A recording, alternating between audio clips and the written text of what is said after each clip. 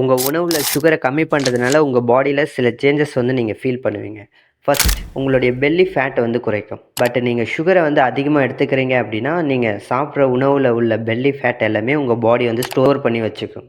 Second, உங்கள் skin வந்து கிளியராகவும் and க்ளோவிங்காகவும் இருக்கும். நீங்கள் சுகரை அதிகமாக எடுத்துக்கிறீங்கன்னா உங்கள் இன்சுலின் லெவல் வந்து அதிகமாகும், ஹார்மோன் வந்து இன்பேலன்ஸாக இருக்கும்.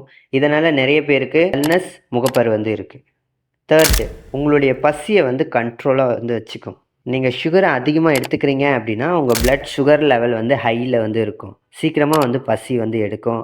அட் எண்ட் ஆஃப் த டே நீங்கள் அதிகமாக வந்து சாப்பிட்ருப்பீங்க. ஃபோர்த்து, உங்களுடைய எனர்ஜி லெவல் வந்து ஹையில் வந்து இருக்கும். சுகர் லெவல் வந்து நார்மலில் வந்து இருக்கும். நீங்கள் அவ்வளவு சீக்கிரம் வந்து டயர்டு வந்து ஆக மாட்டீங்க. ஃபிஃப்த்து, உங்கள் மனசு வந்து அமைதி நிலையில் இருக்கும். நீங்கள் சுகர் வந்து அதிகமாக எடுத்துக்கிறீங்க அப்படின்னா ஒரு ஸ்ட்ரெஸ்ஃபுல்லாக வந்து ஃபீல் பண்ணுவீங்க. மன அழுத்தம் வந்து ஏற்படும். இது போல் ஹெல்ப்ஃபுல் இன்ஃபர்மேஷனுக்கு என்ன ஃபாலோ பண்ணிக்கோங்க.